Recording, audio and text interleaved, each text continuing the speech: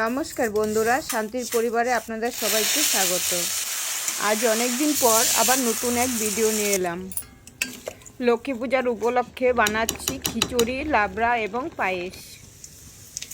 সত্যি কথা বলতে কি, আজকে আমি কিছুই করিনি, আমার মেয়েই বানিয়েছে সব কিছু। এদিকে মা লক্ষ্মীর পূজার উপলক্ষে আমি সব কিছু রেডি করছিলাম। মিক্স সবজি প্রায় হয়ে এসেছে, এখানে ধনেপাতা আর সামান্য চিনি দিয়ে নামিয়ে নিয়েছে। আর এদিকে বসিয়ে দিয়েছে পায়েস।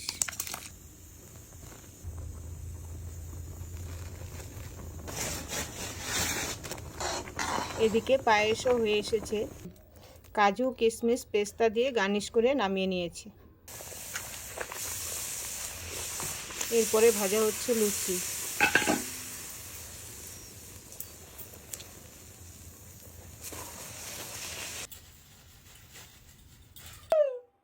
এদিকে আমি পুজোতে বসে গেছি।